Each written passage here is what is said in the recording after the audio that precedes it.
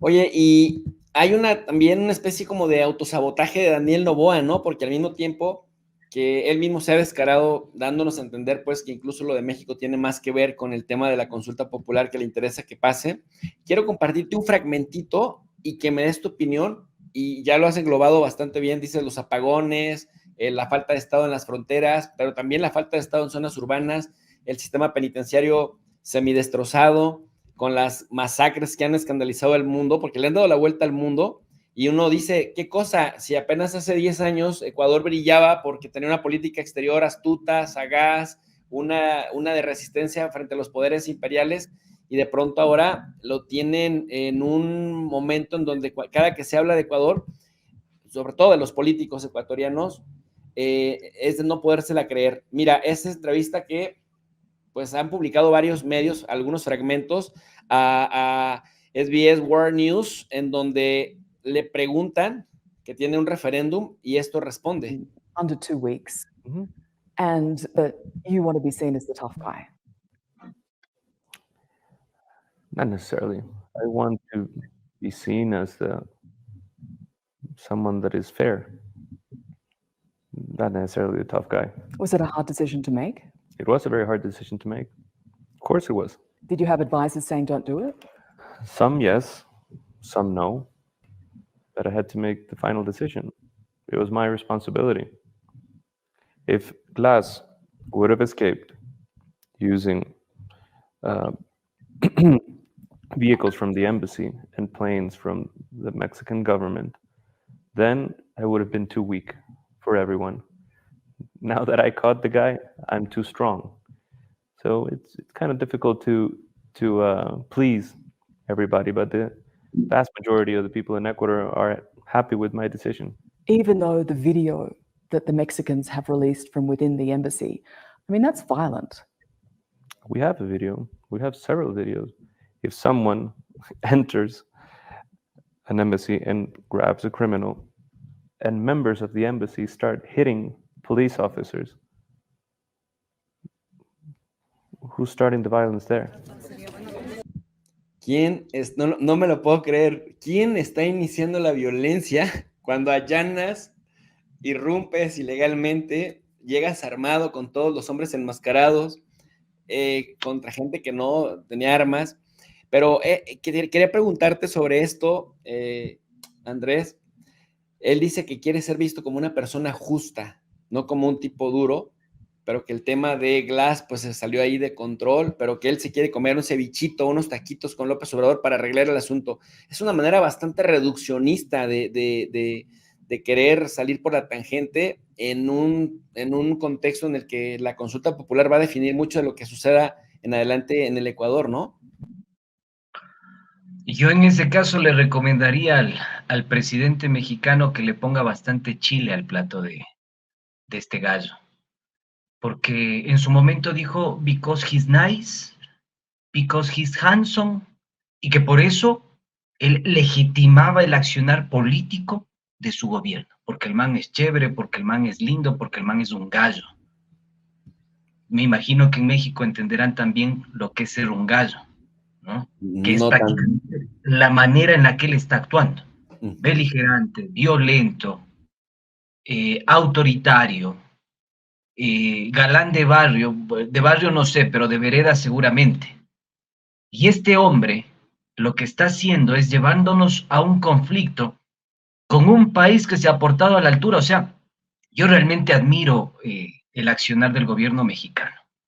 Más allá de posturas ideológicas o políticas, realmente es admirable, estimado Jesús, porque la acción que tuvo el presidente ecuatoriano es causa bélica. Tranquilamente, México tenía un argumento como para invadir el Ecuador o dirigir un convoy militar o simplemente algún, digamos, accionar bélico en el contexto de esta respuesta del Estado ecuatoriano. Y yo a las personas que defienden el accionar de Daniel Noboa, ahí sí les hubiese querido ver.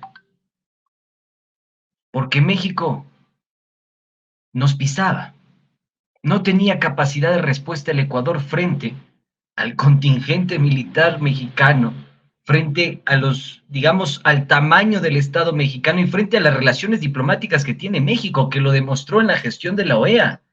29 países en contra del Ecuador y un solo voto salvado, que es el del Salvador.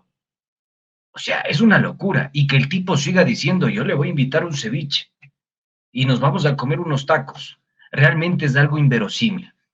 Yo digo, parece caricatura a veces del presidente de la República. Y acá decimos algo que es simpático porque tenemos un plato típico acá en el Ecuador que se llama el yaguar loco, que es un plato serrano. En cambio, hay platos costeños. El señor está más perdido que camarón en yaguar loco. Más perdido que un plato costeño en un plato serrano. Sí, mira, yo estuve en Ecuador en 2018, me estuve 22 días por allá, me encantó Ecuador, me encantó, de verdad, que me quedé con el reto de algún día escalar al volcán Pichincha, que me maravilló, y entiendo, me sorprendió muchísimo la gastronomía ecuatoriana, porque uno en México o en otros lados, la comida que tienes como referencia en Sudamérica es la peruana, sobre todo la de costa, la comida de mar, pero yo creo que la ecuatoriana no le pide nada a la peruana. No voy más allá porque no quiero que se me desuscriban los peruanos, pero es deliciosa, deliciosa, y entonces entiendo bien la referencia.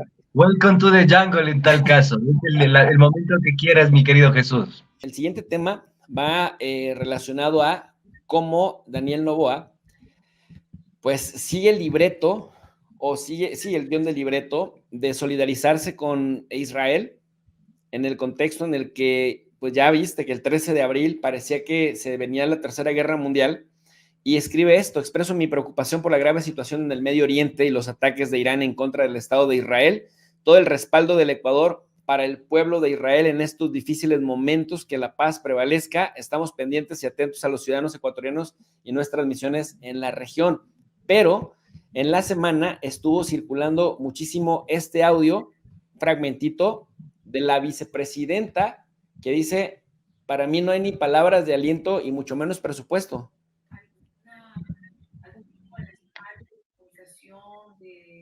Directamente del gobierno, del presidente de Ecuador en este momento. Sabemos que está, pues, como decía Samuel, estamos al aire y si en algún momento necesita poder revisar los mensajes, y aquí nosotros continuamos la transmisión, pero hasta el momento ¿se ha comunicado usted?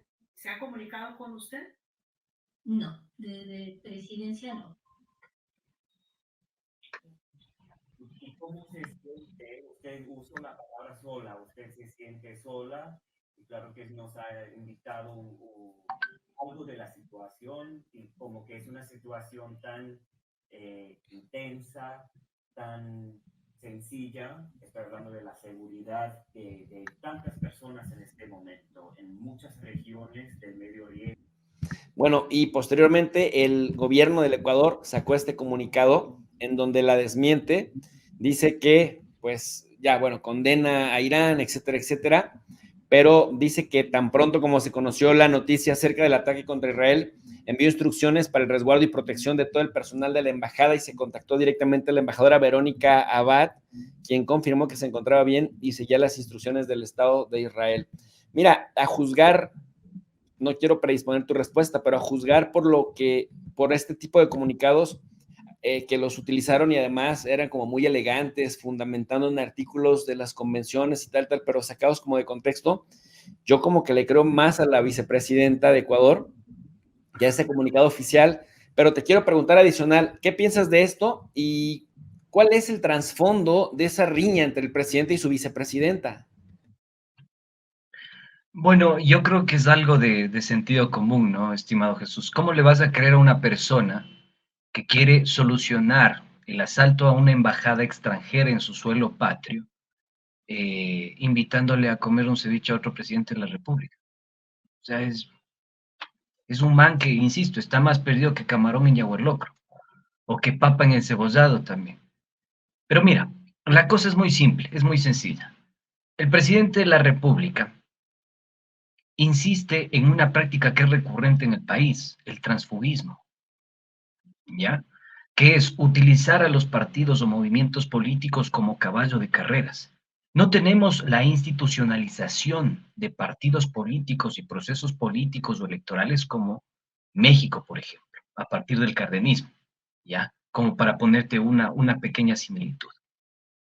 Pero lo que sí tenemos es que ahora en este país, en el nuevo Ecuador, o en el Ecuador del encuentro, se terminó utilizando a varios partidos políticos como caballos de carreras y paradas de burros. Entonces, yo soy candidato, me alquilo un partido político, termino siendo candidato, me legitima el Consejo Nacional Electoral del Ecuador, participo, gano la contienda, pero resulta que ninguna de las personas que me acompañaron en la contienda tienen convicciones políticas e ideológicas con mi agenda y mi plan de gobierno. Y eso es lo que termina pasando con el presidente de la República. Armó una alianza y presentó una candidatura junto con Verónica Abad, que es más radical y más cercana al señor expresidente de la República, Guillermo Lasso. Desconocemos hasta el momento qué sucedió en medio de la campaña electoral, pero las distancias y diferencias con Verónica Abad empezaron a ser públicas justamente en la contienda electoral del año 2023. Por cierto, la más violenta de la historia republicana del Ecuador. Entonces ahí empiezan a florecer las contradicciones y los problemas. Y la primera decisión que toma el primer mandatario al momento de asumir el poder es, como la vicepresidenta o vicepresidente está al mando de las disposiciones del presidente de la República, y lo dice la Constitución, tendrá las competencias que designa el presidente de la República. El presidente decide mandarle como embajadora a Israel. Cuando la señora de Relaciones Internacionales conoce lo mismo que yo de, no sé, matemática y cuántica, ya. Entonces, la puso realmente complicada la situación y ahí empezaron las tensiones. Y hoy por hoy ha procesado al hijo de Verónica Abad en un caso llamado Purga. Una investigación de la Fiscalía General del Estado, perdón, el caso es del Nene, en el que se intenta procesar al hijo de Verónica Abad por la venta de puestos públicos dentro de la vicepresidencia de la República. Lo tiene detenido en La Roca, junto, digamos, con Jorge Glass y otros actores políticos. ¿Sí? Es una cárcel de máxima seguridad en Guayaquil, a pesar de que no se ha demostrado la peligrosidad de este ciudadano, al igual que la peligrosidad o supuesta peligrosidad de Glass, los tienen detenidos en esta cárcel La Roca. Entonces, esto es extremadamente preocupante. Esa es la forma en la que el señor Noboa procesa las diferencias con sus adversarios, sin tomar en consideración que a su propia exesposa intentó meterle a la cárcel, intentó procesarle por temas penales relacionados con asuntos familiares y personales. Y no lo digo yo, lo ha dicho la propia exesposa. Es decir, es una persona que adolece del síndrome de Ubris. Y como una persona que adolece de este síndrome, le entregas completamente el poder.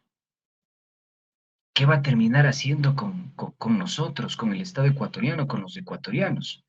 Yo me pregunto si el día de mañana quizá esa práctica política decante o la personalidad del presidente decante en una sociopatía. ¿Qué va a pasar con los ecuatorianos? Hoy por hoy no tenemos relaciones diplomáticas con el país de tránsito más importante para el Ecuador, que es México. Tenemos hermanos, compatriotas ecuatorianos varados en México que no tienen el apoyo del Estado ecuatoriano y que persiguen un sueño porque hoy son expulsados de su país e intentan migrar hacia Estados Unidos pasando por nuestra hermana República de México. Pues sí, definitivamente. Es una manera, y ya lo decías hace rato que comparabas con el tema mexicano, así se comportaban en México Vicente Fox, Felipe Calderón, y en algunos estados de la República en donde la ideología de Noboa impera, acá en México, en Guanajuato, en Querétaro, Aguascalientes. cuidado con que los voltees a ver feo porque puedes terminar por lo menos en los separos del Ministerio Público. Te quiero preguntar por la oposición ecuatoriana. Yo veo, por ejemplo, a Viviana Veloz muy fuerte. No sé hasta dónde están debilitando al correísmo y hasta dónde estas promesas de vamos a hacer que rindan cuentas quienes han violado la ley, tanto ecuatoriana como internacional, se pueda materializar. Mira estas palabras y me das tu opinión con respecto a la posición de Ecuador, la oposición de Ecuador para ir primero a enfrentar esta consulta popular y posteriormente las elecciones presidenciales que mantendrían a Noboa otro periodo larguísimo o finalmente llevaría al correísmo al poder. Toda la comunidad internacional sancionó lo que ha hecho el gobierno del Ecuador. La irrupción y el allanamiento a la embajada mexicana ha violentado su soberanía y esto va a traer gravísimas consecuencias económicas, pero también consecuencias sociales. Los primeros que ya están pagando estas consecuencias son nuestros hermanos migrantes, que tienen que tomar como camino de tránsito la República Mexicana y ya están siendo víctimas de xenofobia. Pero van a existir más repercusiones también en lo económico, en la salud, en la educación, en el empleo, en las becas para nuestros estudiantes, en los servicios consulares.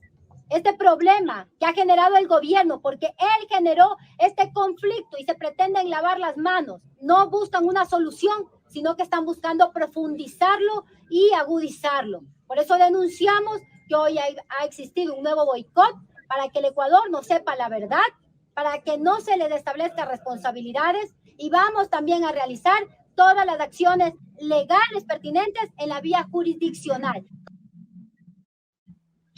Valiente, fuerte, pero ¿hasta dónde esto se puede materializar con echarlos del poder por las vías legales en elecciones, en consulta popular? Andrés, ¿hay posibilidades o está muy fuerte la derecha todavía?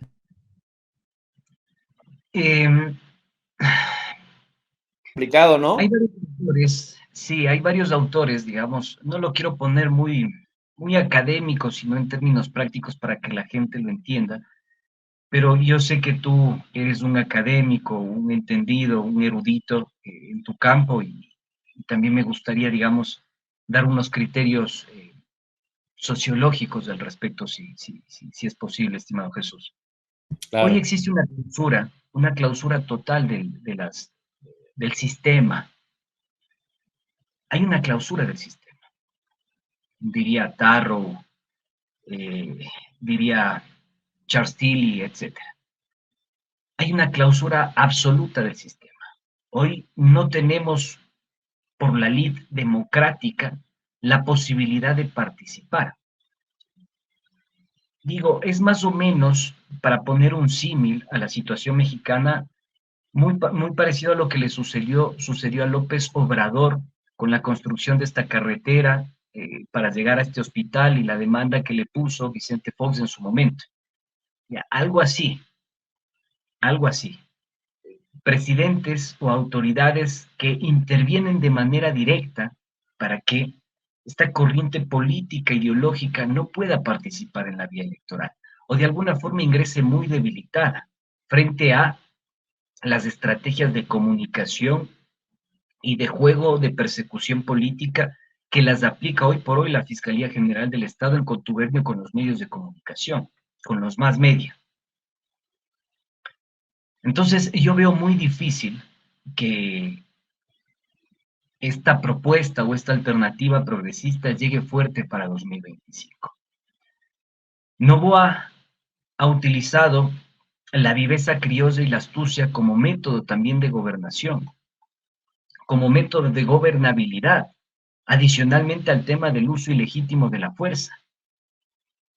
Entonces, por un momento, prevalece el miedo a la persecución y también prevalece el aniquilamiento de su capa dirigencial, digamos.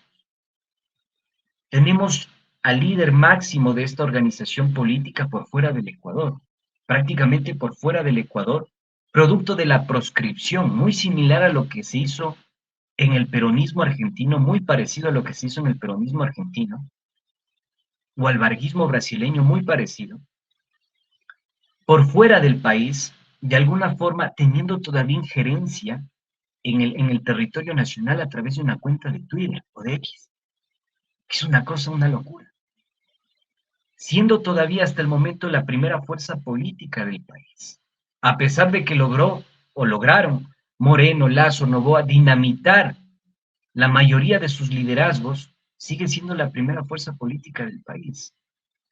Ya no recuerdo el número de procesos penales que tiene Correa en su contra. Ya no recuerdo el número de los procesos penales que Glass tiene en su contra. Y ya no recuerdo tampoco el número de amenazas que tiene la mayoría de legisladores del correísmo. Hay procesos penales que se han abierto en las últimas semanas en contra de legisladores del correísmo. Hay amenazas de la Contraloría General del Estado en contra de legisladores del correísmo. Es decir, la clausura de oportunidades políticas en el territorio ecuatoriano existe para una corriente política en particular, para la Revolución Ciudadana. El gran desafío es cómo se derrota esa clausura de oportunidades políticas para que pueda existir una participación democrática real.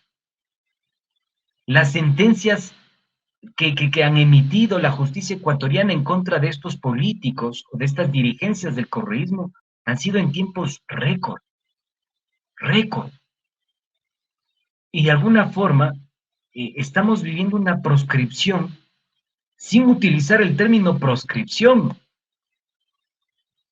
Y en la última semana, producto de esta invasión a la hermana República de México, se ha logrado de alguna forma desarticular a varios asambleístas que formaban parte de las filas del correísmo. Es decir, que para la Revolución Ciudadana ha sido bastante complejo rediseñarse frente a estas circunstancias de proscripción, persecución, básicamente de recambio inmediato de la dirigencia política, básicamente con todo lo que significa el tiempo político y la imposición de una agenda fascistoide. El escenario es bastante complicado y a esa ecuación súmale esta irracionalidad que prevalece en el país llamada anticorreísmo, que en su momento fue perifoneada fuertemente por el ex candidato presidencial asesinado Fernando Villavicencio. Y a eso súmale los periodicazos, la persecución de fiscalía, los casos penales y todo lo que sucede en este país. Entonces, hay una frase que un poco sintetiza el tema, mi querido Jesús. En la política ecuatoriana no hay sorpresas. En la política ecuatoriana solo hay sorprendidos, porque todo cambia. Tremendo. Y mientras tanto, Lenin Moreno a gusto con sus apartamentos en Europa, bien amuebladitos, bonitos, y luego también en Paraguay, en Estados Unidos, es decir, muy tranquilo, sin cargo de conciencia de ningún tipo, ¿no? Pareciera que es un gran factor de desestabilización. Totalmente. Bebiendo un tequila, es del mero mero, él sí es del mero mero, no le ha pasado absolutamente nada, y de hecho la fiscalía estaba valorando la posibilidad de retirar la formulación de cargos en su contra. Es que yo te soy sincero, en este país solo falta que vuele un burro. Si ya está gobernando uno, ¿por qué no podría volar? Pregunta mi querido Saúl Hernández, pregunta, ¿qué tanto se creen los ecuatorianos de a pie la desinformación y noticias de los medios ecuatorianos?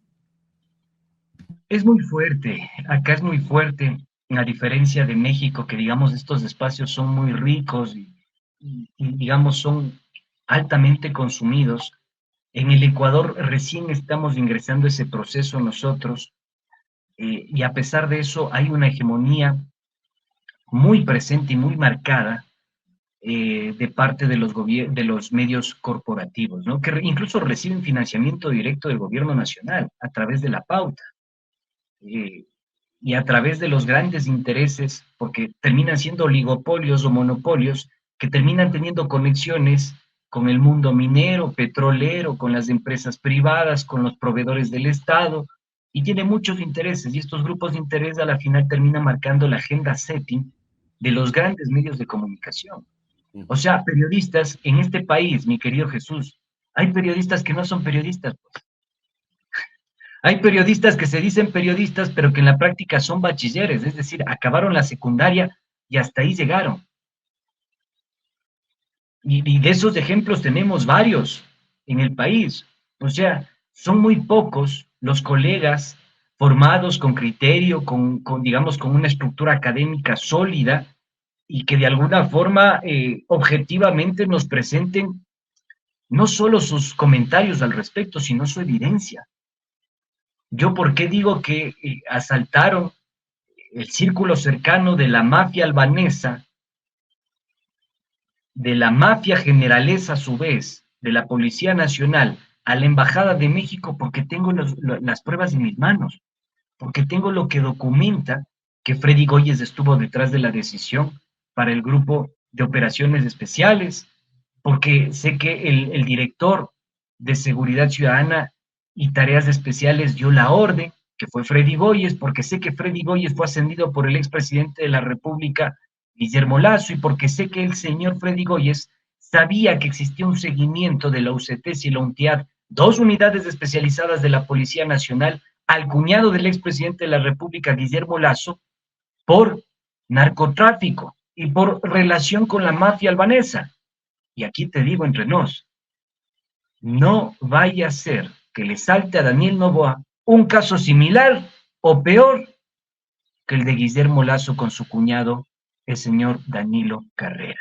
No vaya a ser, porque ahí sí quiero verle que nos diga que no panda el cúnico, mis panas.